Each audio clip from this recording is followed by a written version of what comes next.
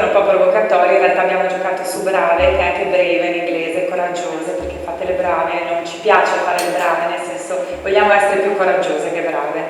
Il tema è magnifico perché non ne parliamo mai. Le donne non sono strumenti di economia. La violenza sulle donne a volte passa anche attraverso le parole, no?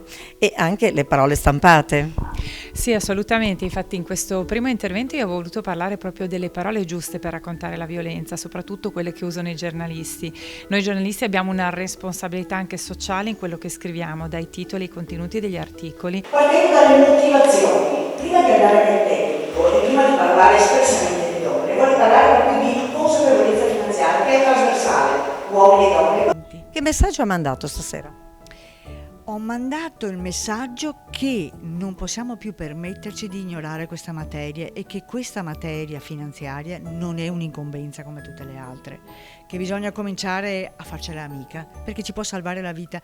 Se ne parla moltissimo, ma la violenza economica è una violenza anche psicologica ed è una situazione di dipendenza psicologica che poi può diventare disfunzionale e il veicolo poi anche di escalation di altri tipi di violenza.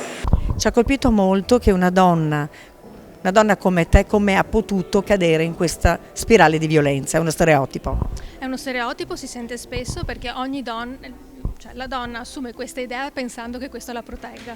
Io non sono niente male, non mi succederà mai. Questo ci pone in rischio e invece potrebbe capitare a tutti.